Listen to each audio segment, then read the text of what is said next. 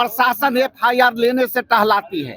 दूसरा, यदि वो हॉस्पिटल में आती है तो हॉस्पिटल में लेने से मना करते हैं। और सरकार यदि चाहती, पीएमसीएच प्रशासन चाहती तो ये बच्ची को बचा सकती थी। 4 घंटा एम्बुलेंस में पड़ी रही कि इसके हत्या में शामिल बिहार की सरकार है। यदि आपकी एक आईसीयू खाली नहीं है तो आप गद्दी भी खाली कर दो, तो वो बच्ची के अस्थि कलश लेकर के पूरे बिहार दौड़ा कर दूंगा और सरकार के ईंट से ईंट बजा दूंगा। इस्तीफे की मांग के साथ यहाँ पर कांग्रेस अध्यक्ष राजेश राम के साथ तमाम कार्यकर्ता बैठ गए हैं। इनकम टैक्स चौराहा का ये दृश्य है। आपको साफ तौर पे दिखा देता है कि किस तरीके का ये दृश्य है। इनकम टैक्स चौराहे पर कांग्रेस बैठ चुकी है और प्रदर्शन जोरों शोरों से चल रहा है।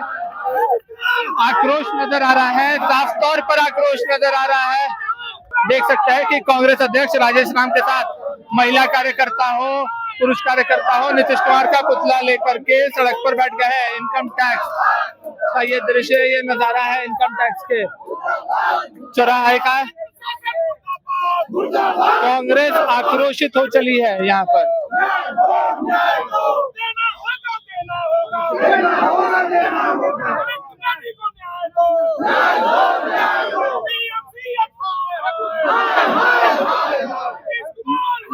देखिए, आप यहाँ से देख सकते हैं कि किस तरीके से कांग्रेस सड़कों पर बैठ चुकी है।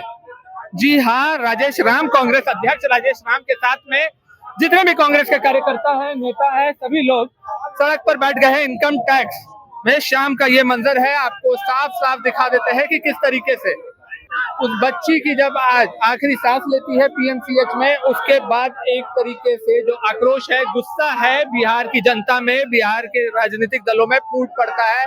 विपक्ष हमलावर हो जाता है सरकार पर, लगातार मांग कर रहा है नीतीश कुमार के इस्तीफे की, मंगल पांडे के इस्तीफे की। और आपको बता दें कि जिस तरीके से मृत्यु हुआ है, राजेश राम ने बड़ा बयान दे दिया है, साफ तौर पे कह दिया है कि अगर पीएमसीएच में आईसीयू का बेड नहीं खाली होता रहता है तो कुर्सी भी खाली कर दे।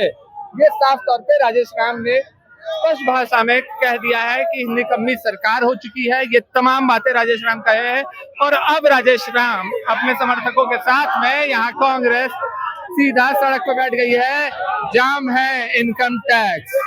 भले ही पॉलिटिकल जो करते हो नहीं करते हो, लेकिन 6 घटना जो घटी है, आप पता कर लो कि ये सारी 6 घटना जो है यहाँ पर जब आई है, ये 6 घटना कहीं प्रकाशन में नहीं आया। कई घटना गोपालगंज में हमने जो है अपने जिला अध्यक्ष को भेजा था, वहां से जो है प्रशासन ने जो है एफआईआर करने से बलात्कार के बाद 4 संघर्ष करना पड़ता है जिसके साथ अन्याय हुआ। पहला तो उसके साथ हत्या हुई, दूसरा उसके परिवार के साथ अन्याय हुआ, तीसरा जो है प्रशासन एफआईआर लेने से टहलाती है, दूसरा यदि वो हॉस्पिटल में आती है तो हॉस्पिटल में लेने से मना करते हैं। और सरकार यदि चाहती, पीएमसीएच प्रशासन चाहती तो ये बच्ची को बचा सकती थी। 4 घंटा एम्बुलेंस में पड़ी रही, 4 घंटा उसका ऑक्सीजन सिलेंडर में ऑक्सीजन खत्म होने के कगार पर था। 1 घंटा हम और हमारे कार्यकर्ता, हमारे महिला कार्यकर्ता संघर्ष करती रही। उसके बाद जब दबाव पड़ने लगा और हमारे लोग और वहां से इधर उधर से पहुंचने लगे, तब पता नहीं कहां ले जा करके वो जो है वो लोग एडमिट कर दिया।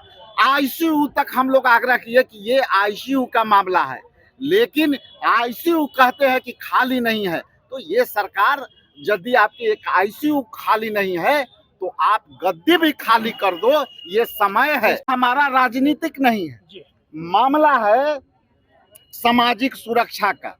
मामला है कि देश में आपका अराजकता की सरकार है। आप जहाँ आते हो जंगल राज की बात करते हो और यहाँ उसी दिन निर्मम बलात्कार करके हत्या हो जाती है और आप चुपचाप दूसरे पर आरोप गढ़ के चले जाते हो।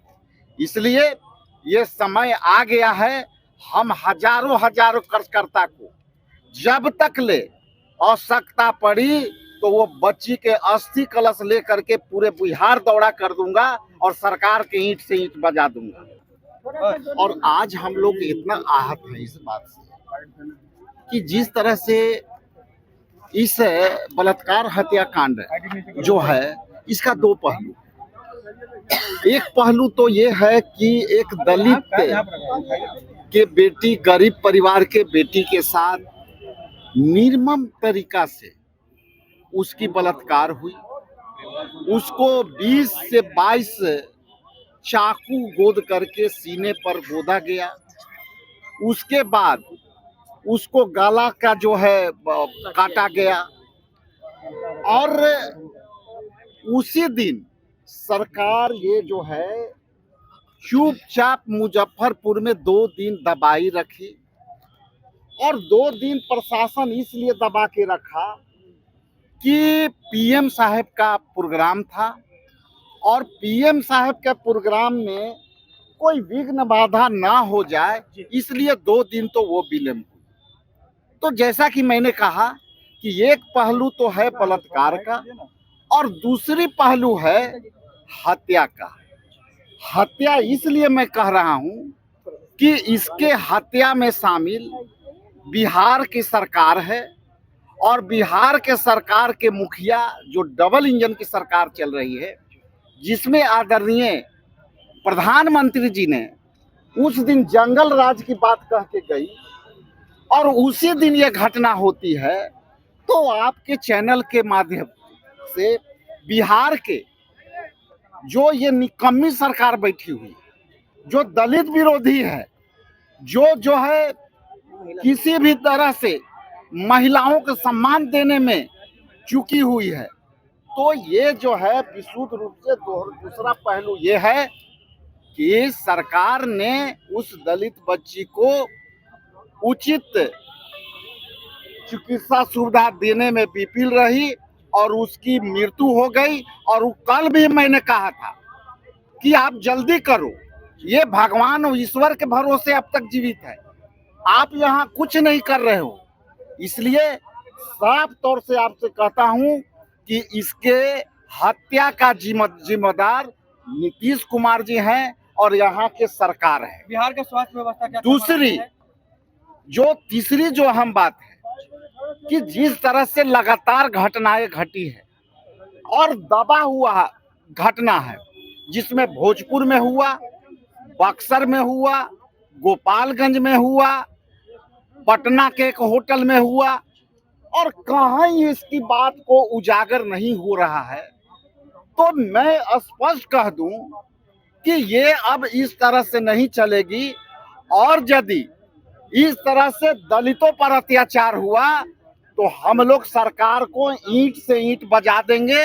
ये आप आज मान के देख लीजिए। ये चूंकि दलित का ही मामला नहीं है, मामला हमारा राजनीतिक नहीं है, मामला है सामाजिक सुरक्षा का, मामला है कि देश में आपका अराजकता की सरकार है। मेरे ठीक पीछे जैसा कि आप देख सकते हैं नीतीश कुमार का पुतला दहन हो गया है, पुतला जला दिया गया है। राजेश राम लगातार बैठे हुए थे धरने पर, इनकम टैक्स चौराहा पर वो बैठ गए थे और मेरे ठीक पीछे लगातार नारे लग रहे हैं। जो लड़की, जो बच्ची जिसने जान गंवाई है अपनी, उसे लेकर के कांग्रेस अब सड़कों पर आ चुकी है और संदेश साफ देते हुए नजर आ रही है कि अगर पीएमसीएच में आईसीयू बेड नहीं खाली रहता है तो नीतीश कुमार अपनी कुर्सी भी खाली कर दे। स्वास्थ्य मंत्री मंगल पांडे अपनी कुर्सी खाली कर दे, करारा हमला किया और साफ तौर पे संदेश दे दिया है बिहार सरकार को कि जब तक बिहार सरकार उस बच्ची को इंसाफ नहीं दिला देती है तो तब तक भले ही अस्थियां क्यों ना लेकर के पूरे बिहार घूमना पड़े, कांग्रेस इससे पीछे नहीं हटने वाला है। जी हाँ, संदेश जो है साफ दे दिया गया है। अब बिहार की राजनीति में कितना बड़ा भवंडर आता है ये देखने वाली बात रहेगी और किस तरीके से बीजेपी अपनी चुप्पी तोड़ती है, जेडीयू अपनी चुप्पी तोड़ती है, क्या कुछ बयान निकल करके सामने आता है, क्या उस बच्ची को इंसाफ मिल सकेगा, ये भी एक बड़ी बात है। और क्या पीएमसीएच के व्यवस्था में बदलाव आएगा, ये भी उससे ज्यादा बड़ी बात है। तब तक के लिए जुड़े रहे हमारे साथ, देखते रहे सच टॉक्स। धन्यवाद। सच टॉक का ये वीडियो आप लोगों को कैसा लगा कमेंट करके जरूर बताएं। साथ ही साथ अपने दोस्तों से शेयर करना इस वीडियो को ना भूलें। और हमारा 25 लाख का परिवार फेसबुक पे है, फॉलो बटन पे क्लिक करके जो है आप उससे जुड़ सकते हैं। यूट्यूब पे भी लगभग 25 लाख का परिवार है हमारा, उस पर भी जो है सब्सक्राइब बटन पे क्लिक करके आप जुड़ सकते हैं। साथ ही साथ इंस्टाग्राम और ट्विटर पे भी जो है आप फॉलो करना ना भूलें, तब जाके जो है आपको वीडियो का नोटिफिकेशन सबसे पहले मिलेगा। जय हिंद।